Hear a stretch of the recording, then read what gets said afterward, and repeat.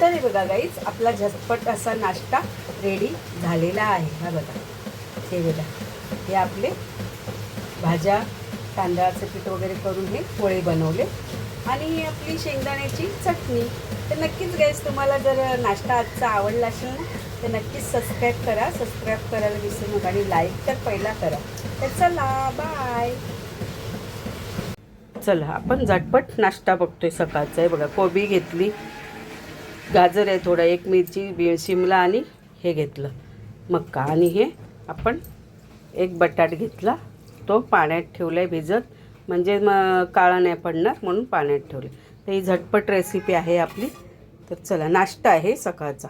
तर हा बघा, कोबी आपल्याला बारीक बारीक कापून घ्यायचं आहे. बघा, हे मी बारीक बारीक कापलं. आता कोबी पण आपल्याला छोटा छोटा बारीक असा कापून घ्यायचा. तर हे बघा, आपला बटाट्याचा खीस मस्त सफेद झाला आहे बघा, बघू शकता तुम्ही. तर आता हे आपण भाज्या ज्या कापल्यात ना, त्या ह्याच्यात टाकूया. गाजर, तिखट मिरची आणि शिमला, आणि हे बघा, हे आहे ना आपण मकासुद्धा बारीकच कट केलेला आहे.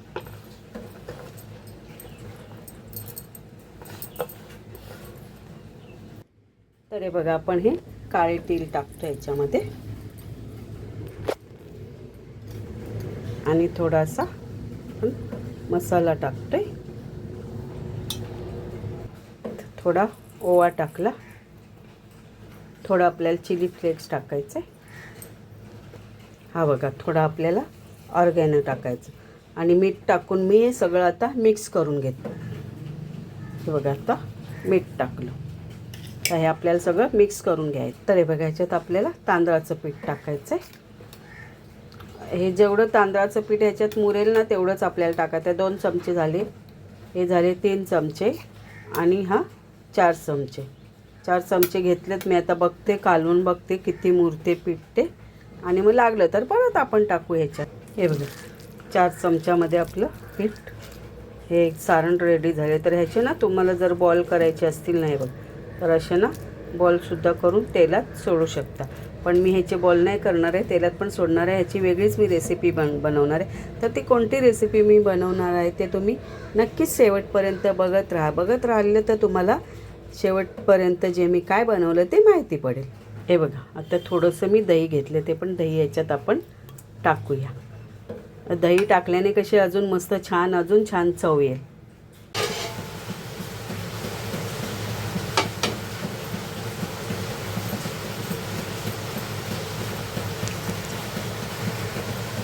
तर हे बघा, आपलं सारण असं रेडी झालेलं आहे. तर मी तुम्हाला सांगितलेलं, शेवटपर्यंत तुम्ही रेसिपी बघत राहिला तर तुम्हाला समजेल हे मी काय करते. तर हे बघा, इथे एकीकडे मी डोशाचा तवा तापत ठेवलेला आहे गॅसवर. तर ते तुम्ही बघा, मी पुढं काय करते ते तुम्ही बघत राहा. तर हे बघा, पाणी टाकून हे बॅटर मी असं थोडं पातळ केलं आहे, बघू शकता. आणि आपला मस्त तवा टाकत आहे. आता याच्यात आपण तेल टाकतो. थोडं मी कमी करते गॅस.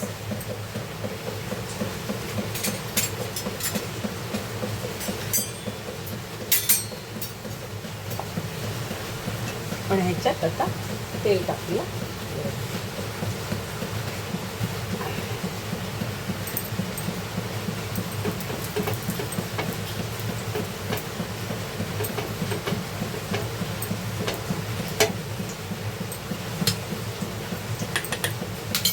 आणि आता आपण हे ह्याच्यावर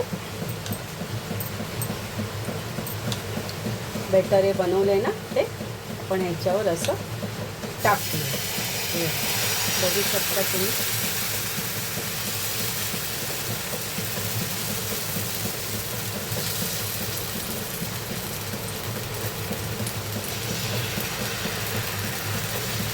हे थोडं असं जाडच होईल, आणि आपल्या ह्याच्यात भाज्या आहेत, आणि हे थोडं आपलं जाड आहे. मस्त असं पसरवून घेऊ शकता तुम्ही.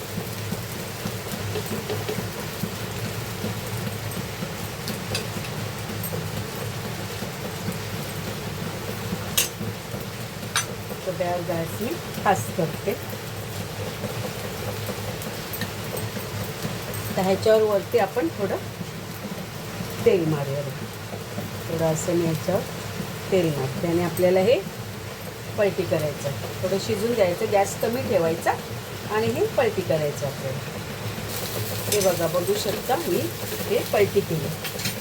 तर हा आहे आपला सकाळचा नाश्ता, ब्रेकफास्ट. घाई गडबडीत आपण पटकन हा नाश्ता तुम्ही रेडी करू शकता. काही साहित्य नाही, आपल्या भाज्या तुम्हाला पाहिजे तशा भाज्या घेऊ शकता. आणि हे आपला नाश्ता रेडी झालेला आहे बघा. आता ह्याला आपण काय बोलूया, तांदळाचं पोळा. पण ह्याच्यात तांदळाचा पोळा पण त्याच्यात भाज्या आहेत का. हा आपला सकाळचा नाश्ता आहे. ह्याला आपण काढूया आणि चटणी बरोबर, शेजवान चटणी बरोबर असं तुम्ही सर्व करू शकता. त्याला आपण डिशमध्ये काढून घेऊया.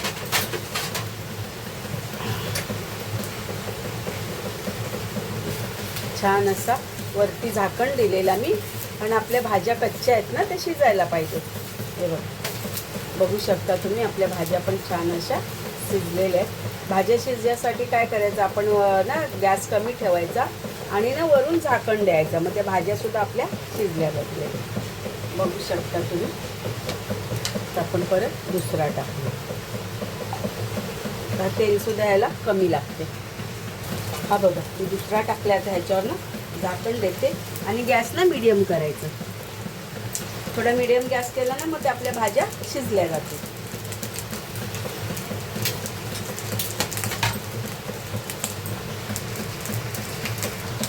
तर नमस्कार मैत्रिणींनो, तुम्हाला जर माझ्या रेसिपीज आवडत असतील ना, तर नक्कीच लाईक करा आणि कमेंटमध्ये सांगा की कशी रेसिपी झाली. त्यांनी शेअर करायला विसरू नका.